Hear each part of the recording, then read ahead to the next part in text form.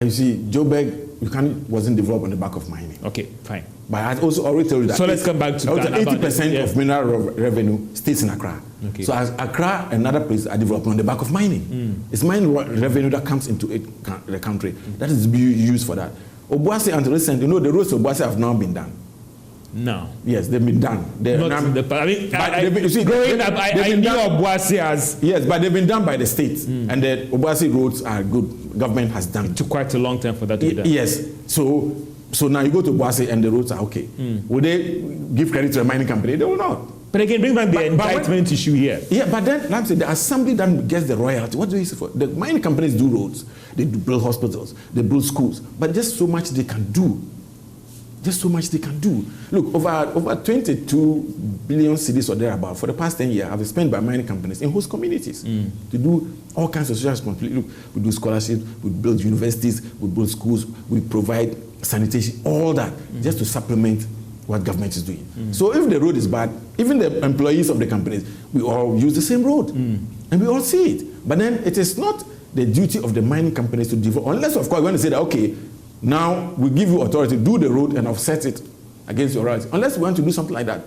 Otherwise, there will always be this gap about communities not doing well, not looking good. But then the blame shouldn't be, or it's easy to blame the mining company. It's easy. What about communities that don't have mines, that are not looking good? Who do you blame? And they don't even have royalties. You go to Takwa, I tell you that the per capita income in Takwa, it might be higher than per capita income in Cape Coast.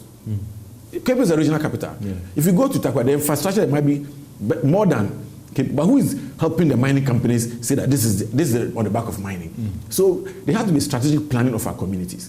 Look, if you have a community development plan, and this is how we want the community to look like in the next 4, 5, 10 years, and as a mining company, we want you to buy into it, so that as part of your CSR or as part of your taxes, we can channel them. Something that can be done.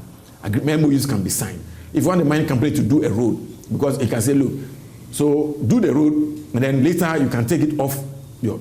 All this is dialogue. I'm saying dialogue is we need to be able to, rather than just sit down and blame and blame. Should we enter into that space where you can go ahead and do some of these projects in your host community and it will be returned taken out of your tax obligations? We do PPPs to the state. There's a PPP. Why don't you get PPP to some of the mines? Should we go that way? I'm not government. I don't know. Will you propose that to government? I don't know yet. But it's the chamber is quite strong. Some are saying that you could push that to government. It's possible that we could look at it. But are you going to do that?